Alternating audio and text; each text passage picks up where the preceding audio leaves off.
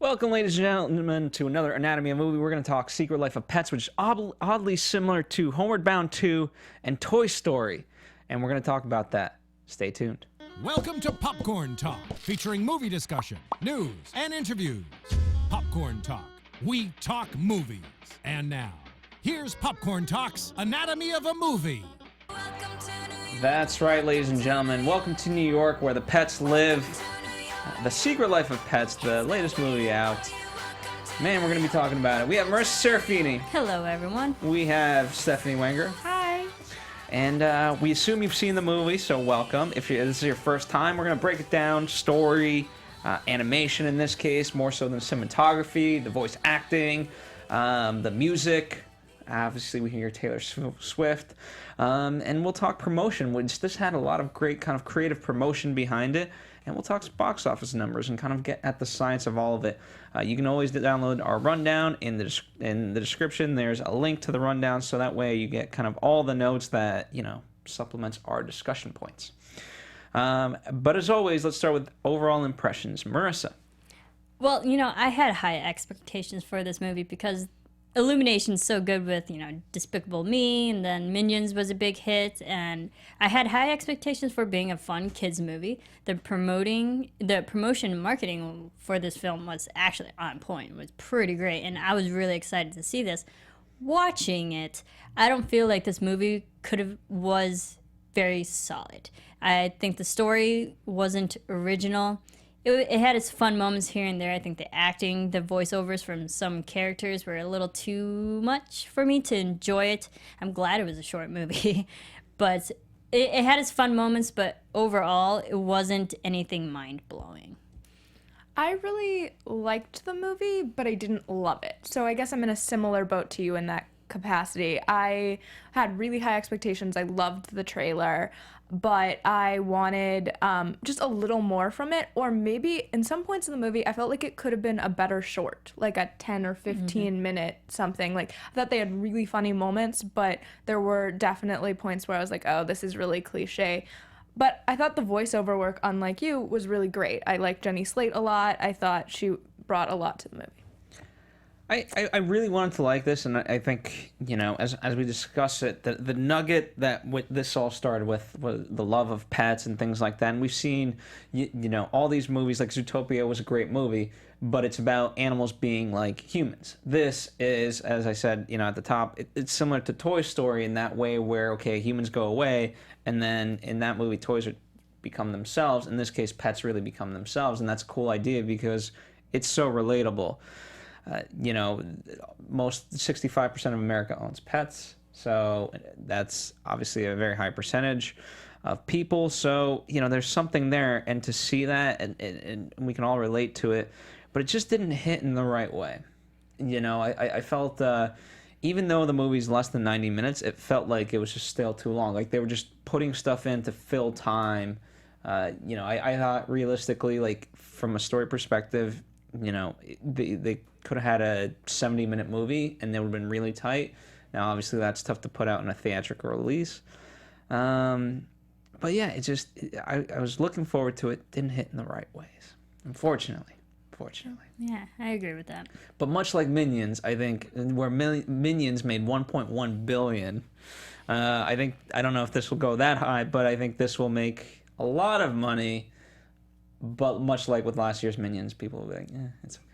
The kids will enjoy it, but... Well, it's interesting that you say that because Universal, we'll get into this in a little bit, is definitely banking on this movie. They're already planning theme park attractions with it and all of the stuff. So it's interesting that, I wonder if it will translate into sequels and all of that as well.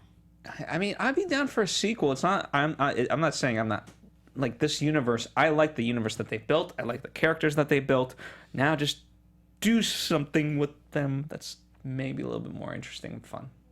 I don't know. Yeah. I mean, I think we talked about in multiple anatomies that I think sometimes simple stories really do work, and this is a kids movie, and it had a very simple story. But it was a story that we've already seen before, Homeward Bound and whatnot. Homeward Bound 2. Lost in San Francisco. But pets going away and trying to find their way back. It's not an original story. And I think if you're going to have a kids film with so many out there and that are so well done these days, especially with Disney and everything that they're producing. And like, not to compare these two because this movie holds no flame to any Disney movie, but I think their story could have been really engaging and kind of original, and it wasn't. Well, I felt the pets had to be too ADD, and one of the things that they liked was the idea of that. Obviously, when the owner goes away, and Max, even though it's like literally 20 seconds, he feels like for him it was a lifetime, right? And so I felt like that kind of idea was just placed throughout, where everything was just so ADD, and the animals themselves couldn't hold an attention span, and it did a disservice to the movie. My favorite part of the movie actually was the intro, the first 15, 20 minutes when we're just getting introduced to Max and like his posse of friends. And I felt like that was really interesting. And then you can't have a movie that lasts 2 hours that is just like in an apartment building. So you have to bring it out into the city. And I just wanted something beyond animal control. I felt like that was like the obvious choice of like, oh, them being caught by animal control. Oh, the dog walker's not paying attention. It just felt like many cliches in a row. But that being said, still a fun adventure. I don't know. I guess I'm just not as like, I wanted to love it, and I never got there. Yeah, exactly. I like how you bring up the whole animal control. That was probably the one thing that was kind of holding them back. But even that's not an original story because I just keep thinking Lady and the Tramp, So Homeward Bound 2. Homeward Bound 2, and but all these movies that deal with animation and animals and whatnot, we've seen them, but it was all mixed together in this film.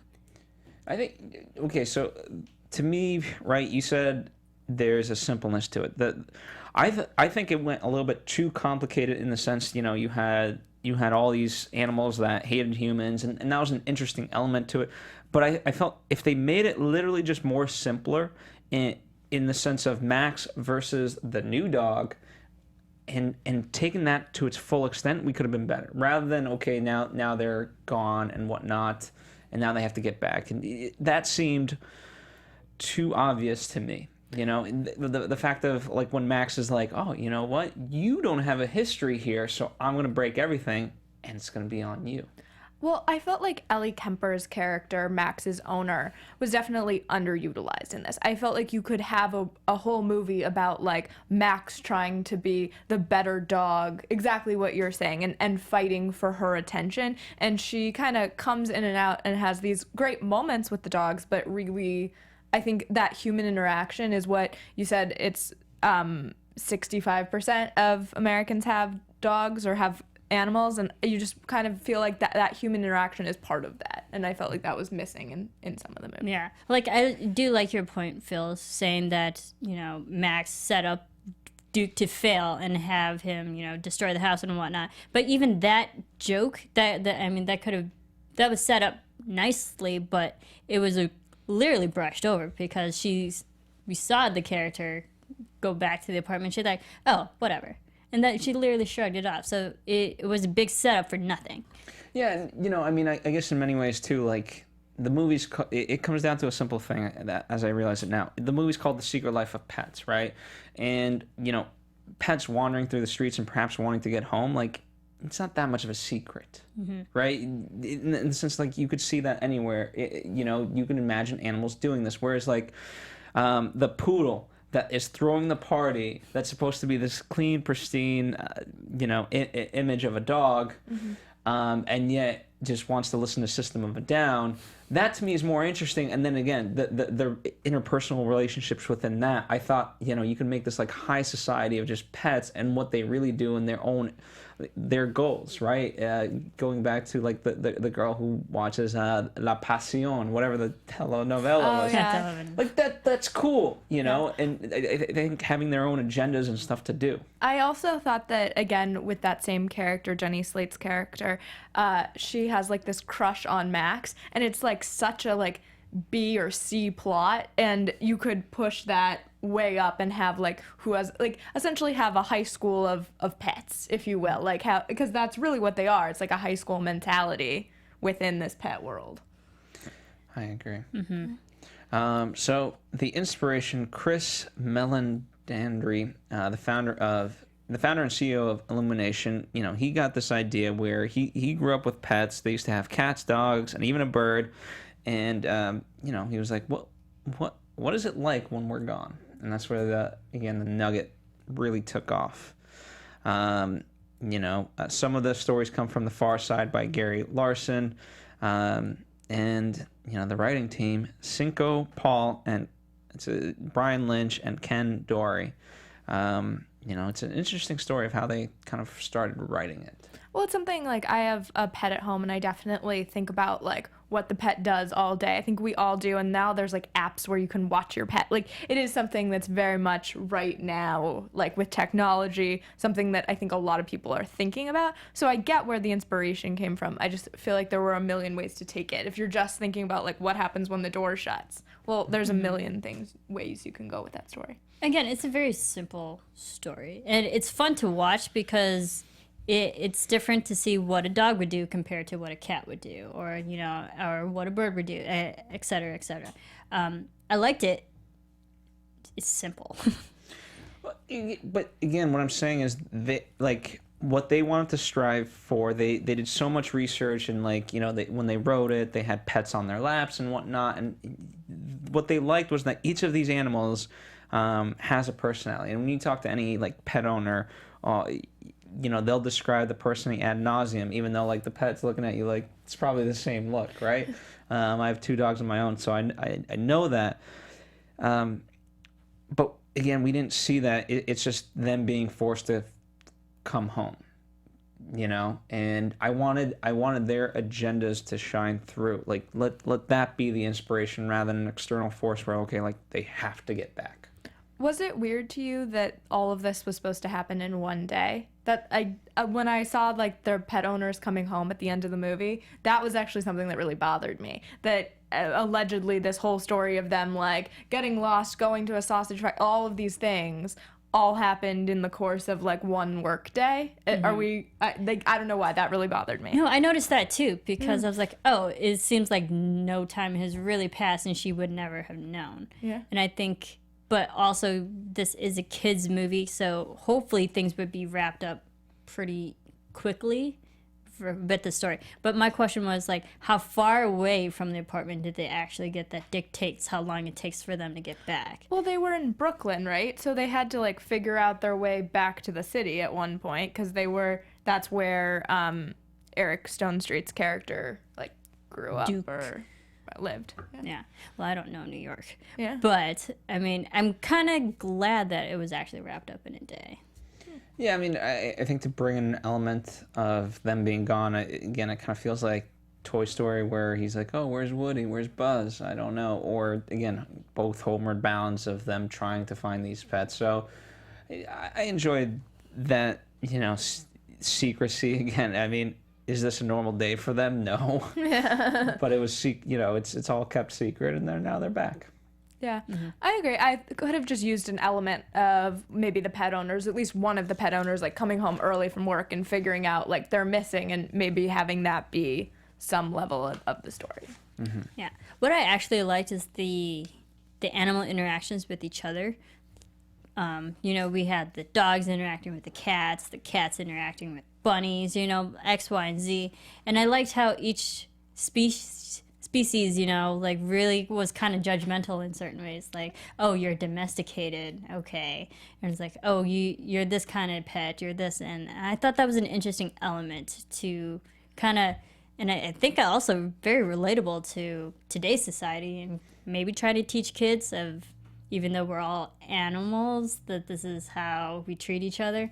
And I thought that was interesting that they added kind of some profiling there. Yeah, it was. I agree. I thought they did it in a really fun and light way. Obviously, you can take it in much more serious implications in our own society, but the way they handled it in the movie was really funny. And I thought that Kevin Hart as Snowball was really funny to me. I thought because you expect him to be super R-rated all the time, and he was not in this. Well, we'll talk about Kevin Hart certainly a little bit more at length, but just, one of the tough things for them was figuring out, okay, where we're going to set this. And New York makes the most sense because it has, everything's so within the same vicinity, so you can have so many different pets, so many different owners. And you're right, Marisa. Then you can have those elements of being judgmental versus like if you're in a suburb place, you're kind of too spread out. Right. True. And so that's what makes this interesting is that you have all the like just 5 feet from you, there's all these domesticated animals versus like all the street animals, and then they start a fight. Yeah, I think it was also very funny that you can obviously tell this was very biased towards dogs and not towards cats. Like, I'm more of a dog person myself, so I found it really humorous that they loved the dogs, but every time a cat came on screen, there was like some disdain. And especially the one cat that was in the street that looked decrepit and whatnot. They're like, what happened to you? That was a scary cat. It was a scary cat. But I love that there was so much dog love in this movie. But to that cat, at the same time, it does say, like, you should see the other guy. Or you should see the dog, So at the end of the day, the cat won that fight. Mm-hmm. True. Yeah. It was really funny to see so much dog love. I mean, they had other animals. Like, they showed, I think, a fish and, like, there were little, like, they wanted to make it clear that other animals outside of dogs, but this was truly, I felt like a dog story in so many ways. I mean, there was even some lines that, like, obviously your owner can't love a cat as much as it'll love a dog, those kind of lines. Yeah. And obviously, I think it's reflective of pet owners, right? That obviously there's the whole cats versus dogs, this and that, and like that's decades worth of like debate over which pet is better. Mm-hmm. But the fact that someone had a hawk as a pet, that definitely went. The hawk was cool. Yeah, the hawk was cool. It takes a special someone to definitely have a hawk as a pet. Yeah. And I always get what are they called? Is it whatever they call the profession? Not a bird trainer, but like there's a more technical term for it. I forget. Yeah, I have to think about that. So I thought that was definitely interesting. And again, in a place like New York, you can have these people and these pets. Well, I think also in New York you have everybody's like in a melting pot. That's like what a city is. And so to have the pets also be kind of this melting pot of like the old, young, every type. They had like the bird living on the roof in that creepy shed, like all of that. And so you kind of see all walks of life in pets, and that was really cool too. I really liked that. Yeah. Absolutely. What was your guys' favorite pet, just out of curiosity? I like the hawk. The hawk was awesome. And he actually came in handy because you thought the way that they established him, he seemed menacing and scary. It's like, okay, this is someone to look out for. But he actually was the lookout, and he became the eyes, and he became an ally, and he actually had a purpose amongst all the pets. I was like, he was pretty cool. Yeah, I liked Gidget, Jenny Slate's character. I thought she did a great job. See, the problem with the hawk is that eventually he kept trying to go back to his natural instinct, and although now that he's friends with these people, they're going to subdue it a little bit, eventually he's got to eat. He's still a hawk in New York. Yeah. But anyway, I like that they didn't show that part of it, which is funny.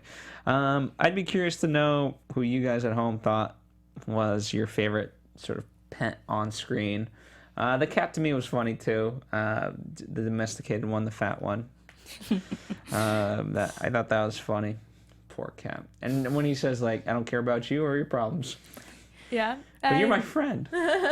I loved, I think it was at the beginning of the film where the cat jumps into the refrigerator and is like eating all of it. Like, oh yeah. Just can't stop It was himself Chloe. eating the chicken. Chloe the cat. Chloe the cat. And then it's like, and then you think Chloe's done, and it's like, then she sees like the pie or the cake, and I was like, yeah, that's about right. It was amazing. And then you just see her like overweight in the rest of the movie. Yeah, I wonder what this human. I would have liked to see what that human thought when they came home and like, what? Why is the chicken? That was one of my biggest like issues in the film. Is I wanted more human reaction to some of this stuff. Like we saw things happen, and it was like they destroyed the apartment, and then like you don't get much of those reactions, and I wanted a little more of that. I know that it is a movie about pets, and obviously that should be the main focus, but just like a smidge more. Yeah, but that is the part of it, it's about pets, but it's about them interacting with humans and then hiding those certain elements. Yeah. So I like that. And, it just even when I liked moments when Max was upset. When Duke came in, he was shouting. He was shouting at her in the bathroom, but all she hears is barking. And she's like, "What did you do? Yeah, go on." Yeah. So, all right. So Louis C.K. Obviously plays Max. They did say they didn't go into full details about what was improv, but they did say there was some improvisation, and they let him kind of play with it a little bit. And Max is related to, Max's dog from New York. Louis C.K. is from New York, so it made sense to him. Yeah, I think, he did a good job of making Max really likable. I think if you didn't have that character be really, something that you wanted to watch this movie would be pretty terrible. You would just have all this, mess of characters. So he really did a good job, leading the crew.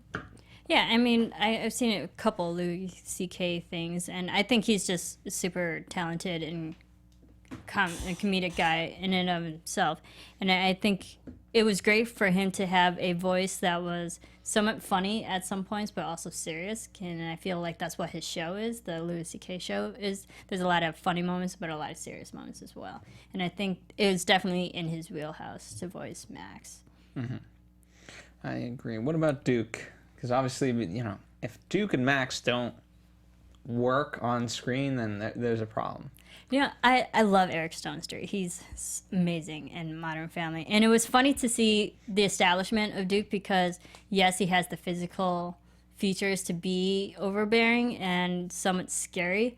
And that was kind of offsetting to me because I know Eric Stone Street from Modern Family. He's like the big, lovable bear, and everyone loves him. And to have a character that you're not sure of, it was kind of like, oh, where did this come from? So I thought it was pretty cool to see a different side of Eric's voicing, acting ability. I agree with you. I really like Eric Stone Street, and I think this is his first time voicing a character in a movie like this, an animated feature. But I thought he did a good job, and also it's such a fun way of having the big dogs are often the kindest dogs, and he's this huge dog, and you would think he's gonna be awful, and he really isn't in the end, and I appreciated that they kind of stuck with that the big kind dog.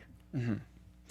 I agree. Yeah, and it was more so Max kind of pushing his personality on Duke, but there were moments when Duke suggests, hey, let's share the bed one night, so you can see whoa, you can definitely feel for Max of whoa, while he may not be mean, there's certain rules here, and you're changing up, not respecting him at all. Yeah.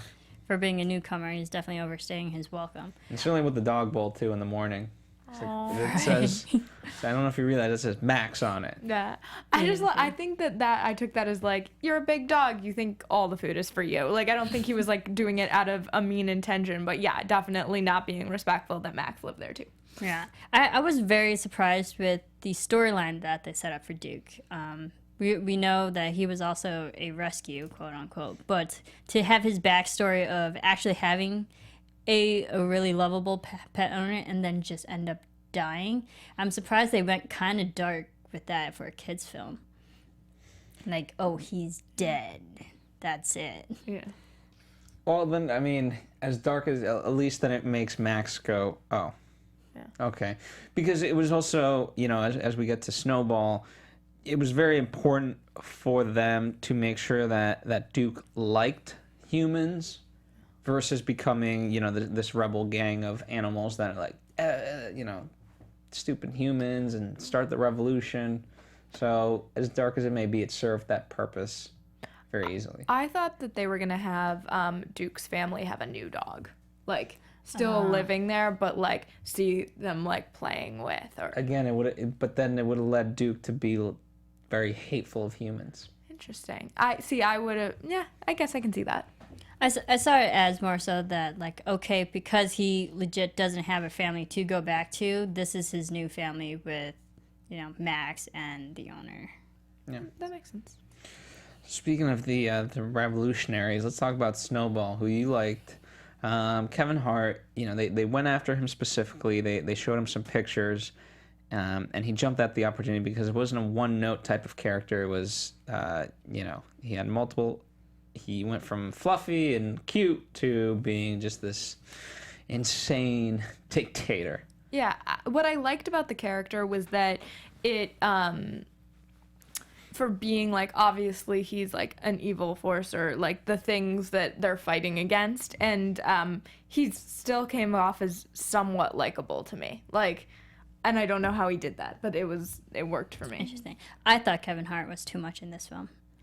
I think they knew what happened was they knew they had Kevin Hart, and I think they just kept putting him in more spots than was necessary. I think they could have done, it's the same thing that I talked about with Trainwreck. Like they had Amy in that movie, and it's a very long movie, and obviously she's a very funny person, but cut her down. And you're now leaving, the moments that you leave in are that much heightened versus, I think they just were like, well, we can't cut Kevin Hart. We'll just let him go. Yeah, and I think that's where he went a little too lax on the improvisation, that you can tell in voiceovers, like he would just keep going on and on the same joke, especially like during the moments when all the street animals are mourning over the loss of the snake, and he's like, oh, I'm gonna, vengeance and justice, whatever, X, Y, and Z. But like I felt there were so many moments with Snowball that he was just over the top, just saying things for people to listen to him, and it didn't really hit as jokes. Well, he had like a clear juxtaposition to Max. Max was like this kind of thoughtful, Foil. Definitely a foil. Like a very calm, character. Or I don't want to say calm, but a like thoughtful character for sure. And it felt like Snowball was a little more like wild and crazy. So it set up a nice like two universes, I guess. Yeah, I agree there. Again, to me, he was funny, but it would have been better had he... Because I also question how... It was always funny to me the number of animals that actually followed him, only because, the fact that everyone sort of knew that these were domesticated animals, and he's like so trusting them.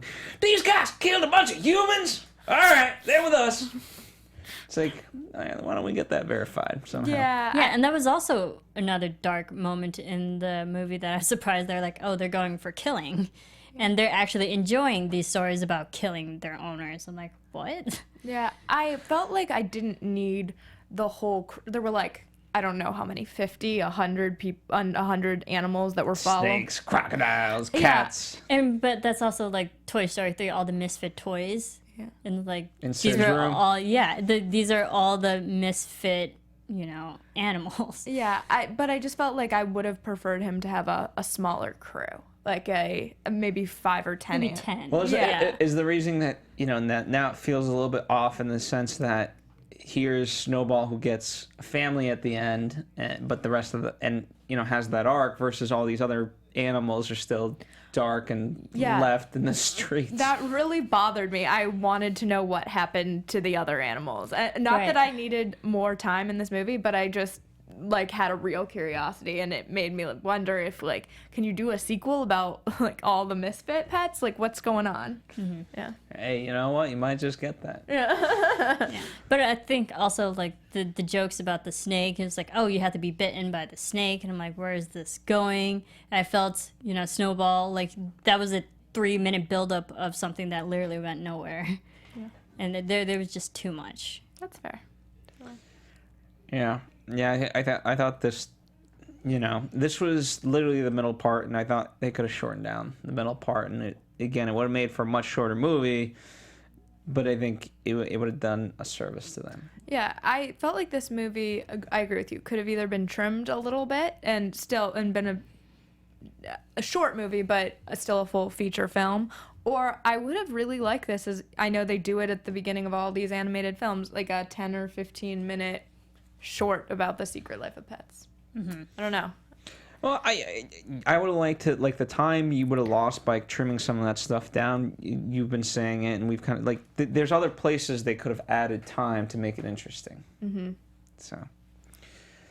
Or just, it would have been this is very un-American, I feel like, but no, but in the sense that, like, okay, call it The Secret Life of Pets and have multiple short story type things, and then eventually somehow they interweave. Well, I mean, So like episodic rather than a movie. Well, yeah, in the sense like a Tarantino type. or I was gonna say like Valentine's Day. They do all of those. Like Gary Marshall does Valentine's Day and So New good. Year's Eve and all of those. And you have it with people. And if you had these like short little stories and somehow could interweave them, and I don't think it's been done. And correct me if I'm wrong with an animated film before, but it would be really cool to do. Yeah, Yeah. I Let's think work that. on that, shall we? Yeah, exactly. There you go. That's Secret Life of Pets 2 for you right Yeah.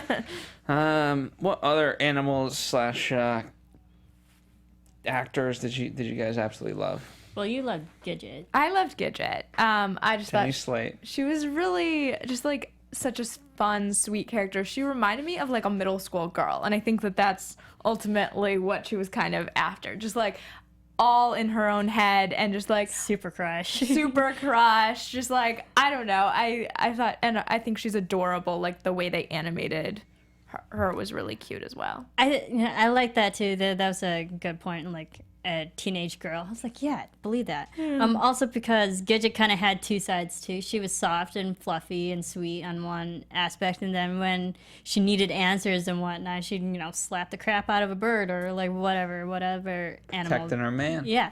So like then she would flip and be like actually serious, and it was like a really fun character to have like two different sides. And she was also in Zootopia, so this is not her first like go around Right. with the animated. See, I know Marcel the Shell, Yeah. and then she was also in Parks and Rec. So like she has a very recognizable voice. So every time I heard her, I was like, yeah, that sounds like her. Yeah. Yeah, and I like the notion that telenovelas have rotted her mind. And interestingly enough, her owners were modeled after Louis C.K. and Ellen DeGeneres. I don't know why those two, but just Yeah, they picked that. Interesting. And when I was doing the research, I remember her owners from the film, and that would not be the two people I would think of when I looked at those owners. So that was really interesting to me in the research. Yeah. So it is what it is. She's a big dog person herself. Ellen or Jenny Slate? Jenny Slate. And she owns a dog herself as Yeah, well. she actually told a great story, I think, in the promotion for this film about the adoption of her dog and how she was having like the worst time in New York and then found this dog and all of that. I think it was on Colbert. But. Yeah, I'm surprised there's no like rescue fund associated with this. You would think. You would think, yeah. There's Petsmart and Petsmart. McDonald's I and whatnot. definitely- GoPro. I definitely got my dog a PetSmart toy from The Secret Life of Pets, and she's obsessed with it. So I feel pretty good about that. There you go. Yeah. Right on. All right, so there's plenty of Easter eggs in this movie that we can kind of talk about, but there's sometimes fun. Like the license plate on the animal control truck says "Gotcha 3." I mean, yeah. When I noticed that, I was like, oh, that's kind of amazing. Like, I mean, all the details are so thought out in this movie. Like those kinds of details. No, that was one of their main things too. Was that obviously, like, as much as they talk, it was more in the details and whatnot, and so they spent a lot of time focusing on background items, whether the pets or whatnot, and obviously New York, but yeah, so it's interesting that you definitely bring that up. Yeah, there were a couple others that I noticed while watching the film, because we know this film came out from Illumination, and their next film is Sing, which is also has to do with animals and whatnot. But in this film, when they were I believe on the bridge, and they're chasing that bus, the whole bus poster on the back is Sing. It's the Sing Oh, hilarious. poster. Yeah. And then also the Minions short that we had at the beginning of the film, there was that whole gardening gnome. That was in this film yeah. when the dogs were getting walked at the park and whatnot, and then they leave and they have like a quick 2-second interaction with that same gnome from the short. Yeah, and I also noticed it in Universal Way. This was obviously distributed by Universal Pictures, and there's so many calls to Universal and NBC properties in it. Jimmy Fallon, there's a billboard for Jimmy Fallon in it. There's a few others that it's all like very synergized Universal. Taylor Swift's song is in it, which she's a Universal artist. They definitely... She is a Universal artist. Yeah. Yes. There you go. Literally. Yeah. Yeah, you know, and one of as we talk about, we'll talk about the direction, but also just really, you know, in terms of New York, what I liked about it was that it was realistic enough where for those of the ones that have seen New York, you're like, okay, that is New York, and yet it was slightly like compressed and stretched up. You know what I mean? Like it was larger than life. So I appreciated the way they did that, and really built out New York. And I think for every like one building in New York, they were like, all right, we'll just make 3. And it was really cool to see. I feel that's probably from the perspective of animals too, because they're generally so much lower to the ground, so everything would seem so much taller to them in real life. I agree with you. I wanted them, and I don't think they had it in the film, a moment in Times Square, like Lost in Times Square. Yeah, no, they didn't have like, that. Like, for all the other cliches they did, like, I just really, that was one that I was like, come on, let's have it. Nope. All right. Times Square. Yeah. Times Square, it would have been, I think it would have been too much to recreate in the sense that, again, because how do you create a heightened version? I don't know. I'm in a way glad they didn't try to pull that off. Yeah, I would have liked it. Oh well. No. Yeah. But I thought that they did a good job of, like, I've been to New York a lot, and it made me immediately, I knew beyond the Taylor Swift song where we were. Like, that was a great introduction because it was Welcome to New York, so it was very clear, but also just the city, they did a great job of animating it. Yeah. I noticed the song Happy as well. Because that was big from Despicable Me too. Pharrell Williams. Yeah, that song just blew up, and then the second that they played it, I was like, yeah, I know what you're doing. Yeah. So let's talk about the direction. Yarrow Cheney and Chris Renaud. Chris, he started off as a graphic designer in sports of all things. Interesting. Whether NFL, NBA, Foot Locker. You know, and then he kind of he got into children's shows like Bear in the Big Blue House and so forth and so. Great show. You know, that's kind of where his career took off. I think that's great, you know, to start at like humble beginnings as that as well, and then to move into big animation features like this. That really just showcases his talent and his broad range as well.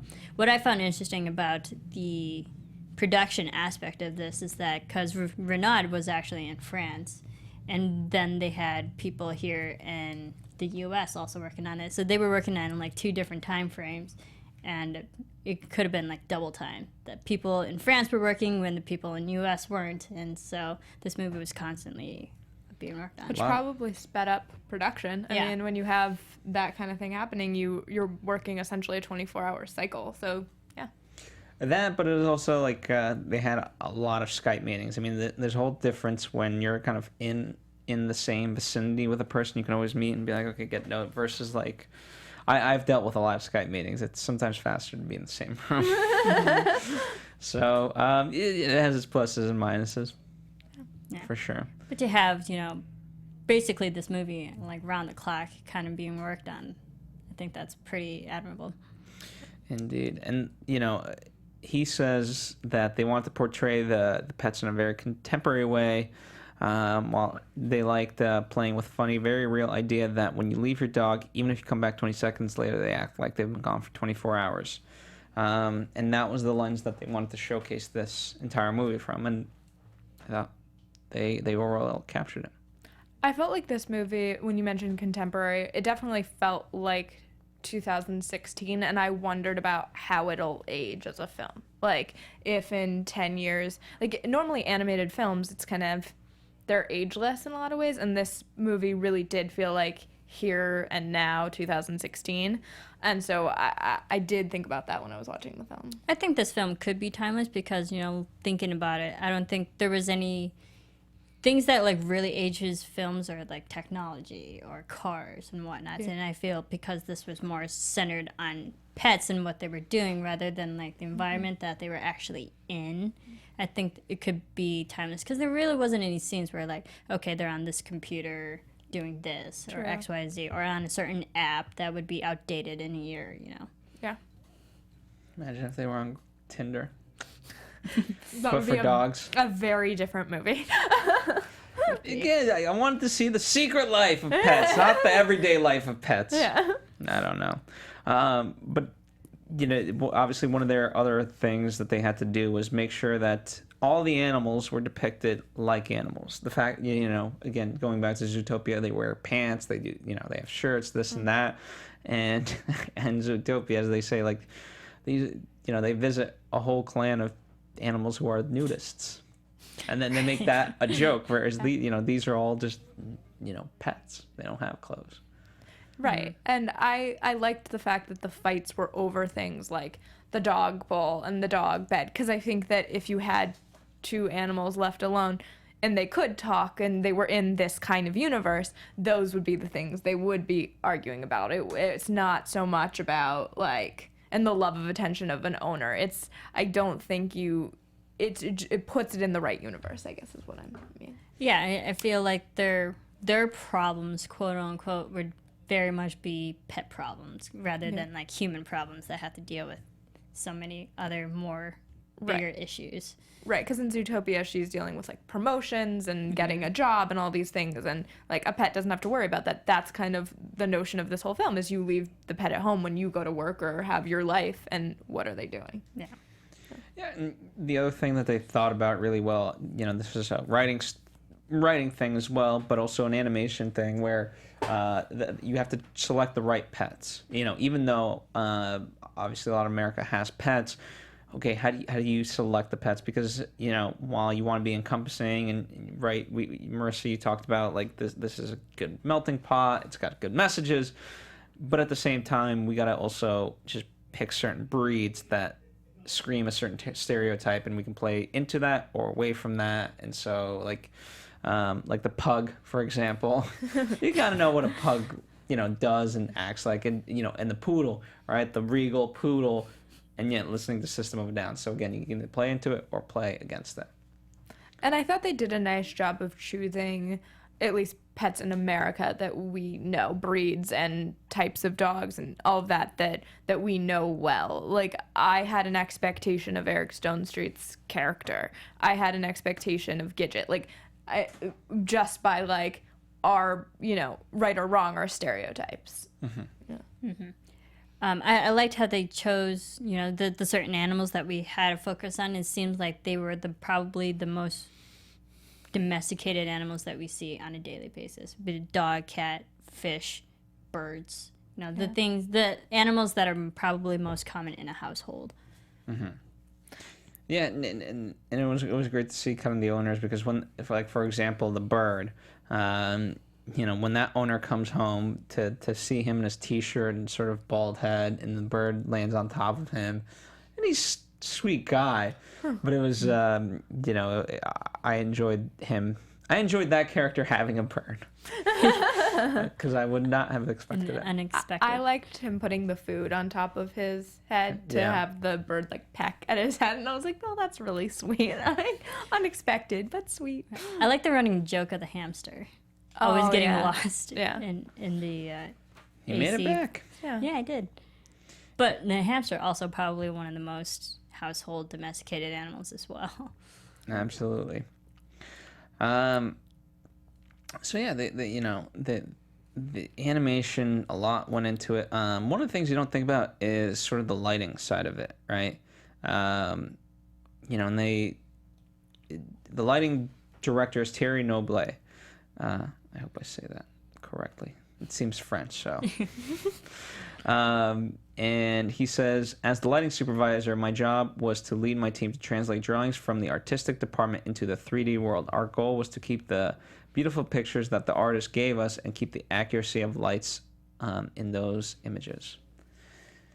I mean, as an animated piece, like, I thought they got a lot of it right in terms of the movement. Right, again, because they're making sure that it's not humanistic, it's more animalistic, and I thought they did the movement right, the lighting, and you know, a heightened sense of New York. I thought all worked really well. I agree with you. I thought again, if you're trying to create two worlds, this world of domesticated pets versus wild animals, they did a good job with lighting. Like, the underground was dark and seedy, and you got that feeling that, like, anything goes just from the environment they created. And then obviously the domesticated pets, you're in these realistic looking New York apartments, and I liked that. That was a clear way, especially for kids, of showing that these were two different worlds. Yeah, especially, to that point, it's also when they were in the sewers and whatnot. It was very gray, and it was a mix of both, happy and dark at the same time. And, to go back to the movement of the animals, I thought that was pretty on point, too, because they were very self-aware that, like, they had the line where cats always land on their feet, and, dogs do X, Y, and Z. And what I found really interesting, that they did actually, research dogs like climbing up ladders, how they would move, and they actually hop instead of like one paw at a time. They hop their way up a ladder, and there was the shot where the dog was climbing up the ladder. Yeah. Absolutely. And going back to kind of I don't know if it's an earlier point, but the notion of all these actors, right? The subtlety in the editing of all of this was matching their voices and their tones and whatnot, because so sometimes you're afforded where you can actually play against somebody, but in this regard, most of it was filmed, or in terms of recorded voices, was solo. And so the editor, Ken Schwartzman, he that was his job, to make sure that all these voices came together.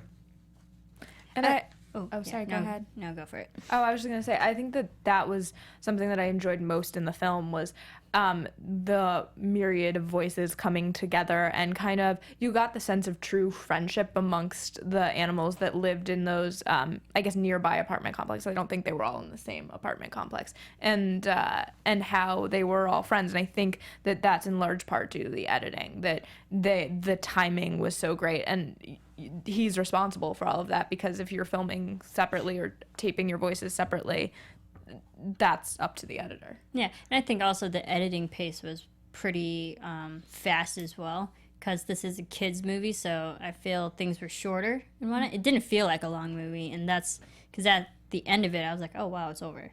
So I think the pacing It was a little long for me. I felt the pace was very fast paced to keep and reflect with the kids' attention span these days, and I can easily understand all the animals, what's happening, and following them from point A to point B. And I have to say, the kids in my theater were loving this movie. Like, could not get enough, thought it was hilarious, like, were really enjoying it. So, and if that was the goal, to make a great kids movie, I think they absolutely accomplished that. Well, so did Minions. But we are remiss to not have Dimitri here today, because he knows so much about score. Yes. But Alexander Desplat, he did the score for this one. He did a lot of Harry Potter stuff, Moonrise Kingdom, King's Speech, Zero Dark 30. He's doing Rogue One, coming out later this year, which we'll definitely be talking about on Anatomy of a Movie. So, and Grand Budapest Hotel. So, obviously, very accomplished composer in his own right. And the way they describe it is he went after jazz meets orchestra, which this is, this is the result of. I can definitely feel that, because I feel like jazz is really a big part of New York as well. So to get that feeling of jazz and just in a big world of these pets, I like that style, that choice, and jazz is just great. Also, Desplat, he's done big other animation films too, Rise of the Guardians and whatnot. So he's no stranger to animated films as well. Yeah, I really thought the music, they did, again, a nice mix of music. So you started with Taylor Swift, a song that I feel like is so in pop culture right now. Like, that song, you hear it over and over and over again. You had songs like Happy, similarly. And then there were smaller moments where you had a score that maybe wasn't as recognizable but really fit the moment. So I thought it told the story in a really nice way. The music really accompanied the story. I mean, to me, it it's similar to like Tom and Jerry cartoons, right? In those moments when they're all together, it's supposed to be that comedic side, but jazz to me also represents like energy, right? And so that's what New York has, and so it's this energy from the city, but packed with stupidity from these animals. And I thought it was a nice combination of the two overall. So I enjoyed it very much so. Now, as we get into the numbers of all of it, here's kind of the reason why people seem to know about this movie and why it ended up just exceeding expectations at the box office. We talked about Petsmart's tie into this. Yeah. Oh my goodness. They had what they call a store takeover campaign, and they pretty much just developed a whole line of all the animals that we see in like toy forms for actual pets. It was a huge, when I walked into PetSmart, like a huge display. I can only say you noticed this display of these animals, and I think if you were just shopping for your pet, it was a great way to bring awareness to a movie that is for your demographic. I mean, that's what they wanted, pet owners to go see this movie, families. I think that's really smart because, like, I even have a friend who has a Dachshund dog, and there was a Dachshund dog in this film, and they made that toy, and that owner got, the same toy for its own I was dog. I was in there and I was like gonna buy something else for my dog, and then saw this and I was like, well, that also gives them money too. Like, it's in addition to promoting your film, it's also an added revenue stream. So Huge revenue stream. How much is Minions making just off of product? Yeah. So much. GoPro, another sort of tie-in into the creative promotion aspect of all of it. They had an original 2-minute short, which I actually haven't seen, but GoPro is great with filming and whatnot, and that helps get the word out. Yeah, I have not seen it either. I'm curious about how they shot it. It sounds like it could be from a little bit of, it's athletes and animated characters, and so that's like a really interesting. I'm gonna have to check it out after. I think they should have done something more simple than that. South Park did a whole great thing where they put a camera on a dog and the dog would just run around. Yeah. Like, I think with a GoPro, that to me seems so much like it's just a symbiosis of the two, and they should just shot all these like dog or cat videos with the cat having the GoPro on his head. And again, here's the real secret life of a pet. Yeah, they actually have done that. Kevin McCarthy from Fox and Friends and whatnot, he strapped a GoPro to his dog and left his place for 5 minutes, and he showed the video to everyone, like what his dog does when he was gone. He was only gone for 5 minutes, but the dog went everywhere in the house. He was jumping on beds and furniture, and then when someone rang the doorbell, which was actually him, to see what the dog would do, it ran to the door and like start barking. So there are some footage out there with GoPros and their animals, left to their own demise. Yeah, I also thought it could have been cool, like obviously a lot of work for the animators, but to have essentially some tie-in with GoPro where you could go on like a virtual tour of Max's apartment. It could be cool. That would have been nice. Yeah. I feel like we got the whole scope of that apartment though. Yeah.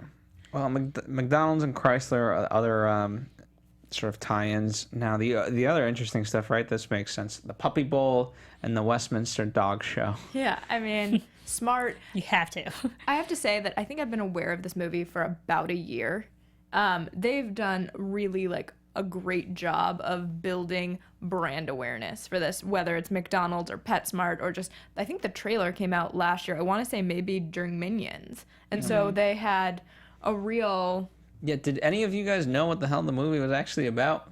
No, but I wanted to see it based on the trailer. Yeah, because I was like, oh, it's so cute. I think that was my thought when I saw the trailer. I was like, oh, this is so cute. I want to see it. I have a pet. I love my pet. And I think that was the entire goal of that trailer.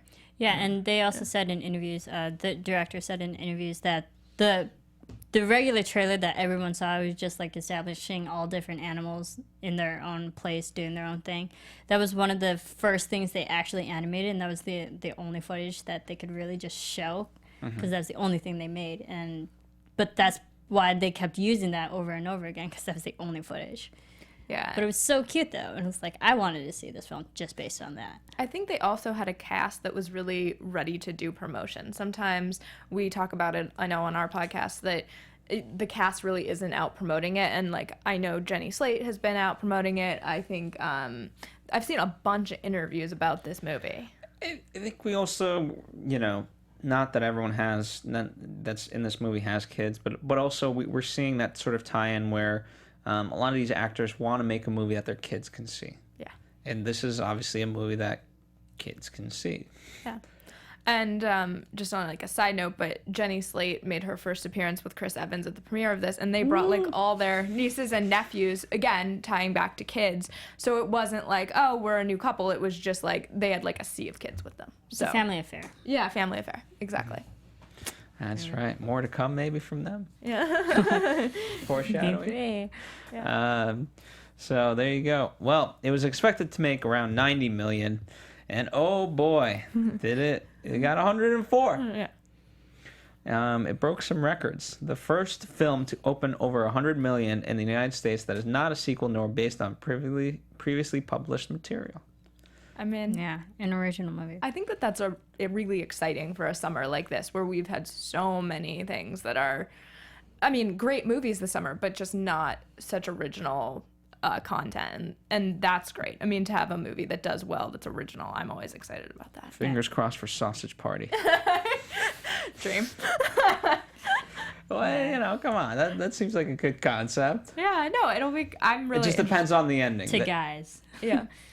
They showed the trailer by accident at a movie theater for Sausage Party before Finding Dory. That seems like a mistake. Hopefully, not the Red Band trailer one, did they? I don't know. But And those kids are now traumatized. yeah. Side note of the story, but yeah, I'm interested to see how that does too. But there are a few original movies this summer, but a lot of them are, Captain America, where you have. That's not original. That's the least original. No, that's what I'm saying. Like, a lot of them are these other things. Sequels. Yeah, sequels. I mean, like, good for them to open so big. Yes, it's technically an original, but it's not original stories. But Neither like, was Avatar, but they'll say it is. Like, come on. I mean, everything's based on the Lion King is Hamlet. Like, at the end of the day, I'm not so concerned with that. I just wish they did a little bit. Yeah, it just didn't hit in the right way for me. But yeah. anyway, I cut you off. Oh no, it was just more so what everyone's comparing Secret Life to is all, unfortunately, Disney movies, because those are probably the biggest grossing ones that they have to compare these numbers to. But like I said before, Disney films are just so much better than this one was. Yeah, Even the sequels are like, this film does not hold a candle to any Disney movie. I didn't feel so much, I think, that as much as I had really high expectations. It's been in, like, I was aware of this movie for so long and looking forward to it that I wanted to love it, and I just liked it. I was like, okay, it's fine. Like, I enjoyed it. It's a fun hour and a half. Its pieces are good. Yeah. But what it culminates to is not that awesome. Yeah, and also I think that the deeper messages in some of the Disney movies, there's a stronger message to a movie like Finding Dory. This didn't have that, like, strong backbone of But a even message. Toy Story, like, it doesn't have that great of a, I don't know, that great of a message. But when Woody finally gets Buzz and Woody at the end of the movie, nothing really needs to be said, and it's just such a cute moment in the way they do it, where, now I think it's Christmas time and the toys and they get a dog or whatnot. Like, it's just a great moment versus this. Like, she just comes home, she gives him a hug, and it's all great. It should have felt a little bit more powerful, more impactful, and for some reason it just did. I can't place my finger on it. I wonder if I loved the first Toy Story, don't get me wrong, but by the time we got to Toy Story 3, I was so invested in these characters and the relationships amongst them that I wonder if they keep going with the sequels, if I'll become more invested in these characters. Maybe it'll just take time to get there. I don't know. Hey, listen, I'm at a point, like I said, I would go see a sequel, and does it need to be the same characters? I don't know. I think it could be different characters. I'm okay with that. But if they choose to do these characters too, then by all means, I'm in either way. Yeah. I want them to at least have one or two of the characters from this and like I feel like maybe spin off or introduce some new characters and then get some out. I'm not sure. The hawk. Well, you could stay. The nice part is they're all in these apartments, so one owner can move away. Yeah. Then we got the new guy. Yeah, I feel like there are a million ways. Like just the title of the movie, The Secret Life of Pets. There's a million ways you can go with this, and for sequels, and they can have this go on and on and on if they so choose. Yeah, Absolutely. You're right. I find it interesting how, now just thinking about it, that they basically had adult comedians voice these characters. And if you're trying to garner towards the younger demographic as well, I think it would have been smart to have like a bunch of, teenage actors who are like big in Disney and whatnot, and have them actually voice these characters. Because I don't think in whatever age you are as an actor really affected the storyline or how you hit a certain joke. Oh, I also really wanted a puppy in this movie. Maybe that's, yeah, like, maybe that's where the teenage character comes in. Maybe the younger voice to cater to the younger demographic. Yeah. I mean, I thought Gidget was pretty much a puppy in the sense that she was so naive. But she had a tough side. She did. She did, and maybe so does a puppy. Yeah. I don't know. I don't know. I wanted, like, I feel like a puppy is even more hyperactive. Like, it would just be an added element. Mm-hmm. Yeah. Max, we got pictures of Max as a puppy. Oh, that was cute. For like 2 seconds. Yeah. All right. Well, final thoughts on The Secret Life of Pets, Marisa? I mean, it was fun. It was cute. I would definitely recommend this to my nieces and nephews. As an adult, if you're trying to look at it as a full, completed story, if you're trying to get like character invested in it, you're not going to. It will appeal to the kids, but not to the adults. Yeah, it's a great kids movie. Again, the kids in my theater really seemed to enjoy it. There were moments for me that I thought were excellent and other moments that I felt like could use a little work, but overall, an enjoyable film. Okay. Yeah, I'm right there with you guys, so there it is. What else can I say? Let us know your guys' thoughts in the comment section below. Would love to talk more about it with you guys, what you thought, favorite scenes, favorite moments. That's what the comment section is there for. We get the conversation started, and we get to continue it online. That's the beauty. So whether now or in the future, just leave a comment. That's what it's all about. Also, thank you guys for joining us. As I mentioned, you can download the rundown in the description box. And also you can talk with Marisa at Serafini TV. That's right. At Stephanie Wenger. Yep. And at the Popcorn Talk. Thank you guys for joining us. This was a nice little remix song in the movie. I enjoyed it. That's right, listen to it. It's like old school Will Smith. Super fun. Yeah, it was good. It brought back some memories. So thank you guys for joining us. We'll be doing Mike and Dave need wedding dates. Next week we've got Ghostbusters. After that, Star Trek Beyond. Jason Bourne. We've got Sausage Party, which I mentioned. I'm looking forward to that. That movie will depend on how it ends, whether or not it's good. Yeah, I'm interested to see Dare it for say sure. a happy ending. Oh, Marisa. Yeah, I'm there. All right. Well, and of course we've got tons of other movies coming up as well. And also, we've got a history of movies that you can definitely check out.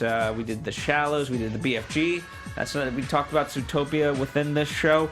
We did Zootopia, so definitely check that out if you're interested. And yeah, thank you guys for joining us. We'll see you next time. From producers Maria Menounos, Kevin Undergaro, Phil Svitek, and the rest of the Anatomy of a Movie staff, we would like to thank you for listening and subscribing to the show. If you have any questions or comments, feel free to email or tweet us. I'm Sir Richard Wentworth, and this has been Anatomy of a Movie.